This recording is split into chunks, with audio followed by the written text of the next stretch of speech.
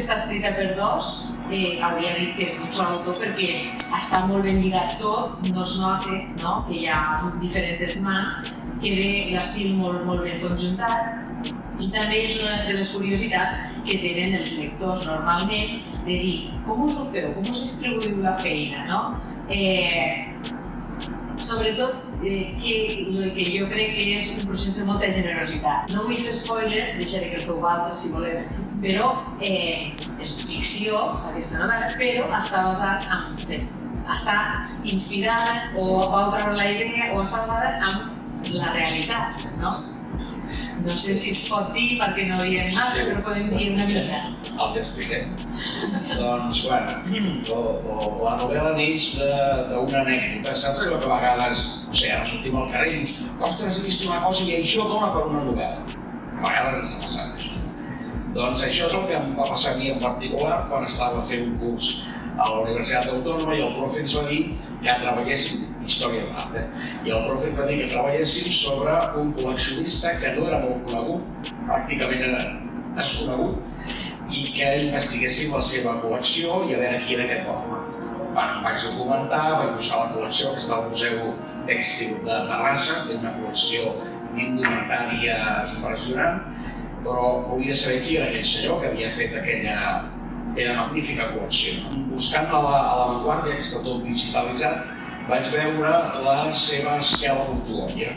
Vaig pensar, què pone?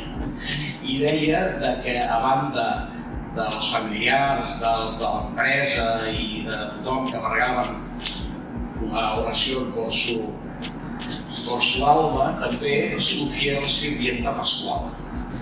I bueno, la cosa va ser que a l'arribar al cementiri no vaig trobar un panteó, vaig trobar la tomba i a la tomba posava Lluís Tolosa i Pasqual, la Filosirvienta, o sigui que estan enterrats. I en tot cas, no sé si vindrà més endavant, però referint a Lluís Tolosa, que és el personatge, Lluís Tolosa és la persona real, el col·leccionista real que va existir i del qual en Manel va fer aquest treball de carrera. Però això no té res a veure amb el senyor Lluís Tolosa. De fet, hem canviat els cognoms de tots els que d'alguna manera sí que creiem que van formar part de la seva família o coneixences a mesura del poc que hem pogut investigar i més tenint en compte que era, com he dit, en època de pandèmia, per tant, la màxima informació que teníem era la Vanguardia o la Wikipedia i companyia. Sobretot que en cap moment hem pretès marcar aquí la biografia d'aquest senyor, és pura ficció. És una novel·la que ja veieu que té fulls, no? Però es llegeix molt bé, en part dels autors, perquè ho han sabut fer bé, i en part perquè és de les que m'agraden a mi també, que expliqui la història, perquè és una novel·la històrica, a través dels personatges. Que no és aquelles que diu, a l'any tal va passar, a l'any qual, no sé quantos, i vas vivint el que passe a l'any aquest, a l'any, però a través del que els hi passe als personatges, i això t'ho fa fàcil. Va des de... ens fan un viatge en el temps, no? En les maneres de l'època i en fets històrics importants, des del 1933 fins al 73. Passa una colla d'anys i comença amb dues germanes que estan a Valderrobres que per fets injustos, per les causes polítiques d'aquell moment, els passa una cosa i han de marxar del poble i van a refugiar-se a Barcelona a casa d'una tia i van xinotxar, que això ara dius, mira, vas d'ella fins a Barcelona anar fent... Però quan estat 3 mesos. Què? 3 mesos. 3 mesos. Van caminant i van arribant, no? Ens trobem a l'any 38. És l'any 38 amb la retirada republicana.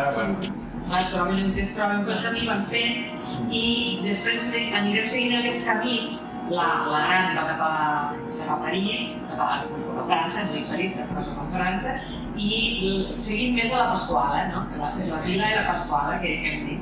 Seguim més el camí d'aquesta segona, no?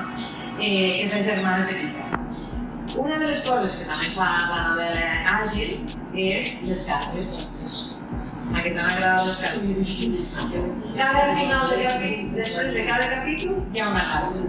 I llavors ja, quan ja has fet 2 o 3 capítols, ja saps que tindràs una carta al final del capítol. Ja vas clar, a part de la història que t'està explicant, aquestes cartes la complementen, però són xafarderes les cartes. Qui les escriurà? Perquè no sempre són de la mateixa persona. Una vegada és una veïna del poble que els expliqui com està allà la cosa, una altra és un soldat que escriu a la mare. Jo crec que això és una de les estratègies que tenim tots i això ho fa àgil també li dona un punt d'agilitat a aquesta novel·la. Penso que ens explicaran de qui serà.